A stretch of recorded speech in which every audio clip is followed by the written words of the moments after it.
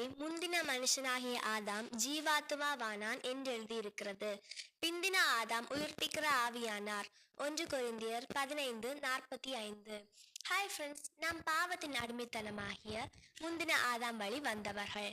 ஆனால் பிந்தின ஆதாமாகிய இயேசு கிறிஸ்து பாவத்திலிருந்து விடுவிக்கும் ஆவியானவர்.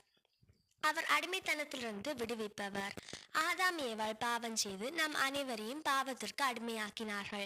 எனவே நாம் பாவத்திற்கு அடிமைப்பட்டு சாத்தானின் கையின் கீழ் இருந்தோம். ஆனால் கர்த்தராகிய இயேசு கிறிஸ்து இரண்டாம் ஆதாமாக, பிந்தின ஆதாமாக பூமியில் வந்து ஆதாமின் பாவத்தை அவர் நிவர்த்தி செய்தார். அவர் சிலுவை மரணத்தின் மூலம். ஆம், அவர் நமது பாவ அடிமைத்தன சங்கிலியை நமக்காக அவர் உடைத்திருந்தார். இன்று அவர் பிள்ளைகளாக அவர் சொல் கேட்டு அவரை விசுவாசித்து அவர் வழியில் நடக்கிற யாவருக்கும் பிந்தின ஆதாமாகிய இயேசு கிறிஸ்துவினால் மறுபடியும் பிறந்தவர்கள்.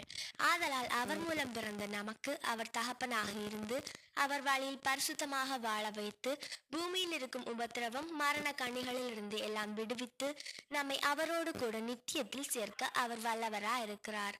நாம் அவர் வருகைக்காக ஆவலுடன் எதிர்பார்த்து அநேகரை அவர் வழியில் வழி நடத்தி அவர் திரு சித்தம் செய்ய கர்த்தராகிய இயேசு கிறிஸ்து தாமே நமக்கு உதவி செய்வாராக.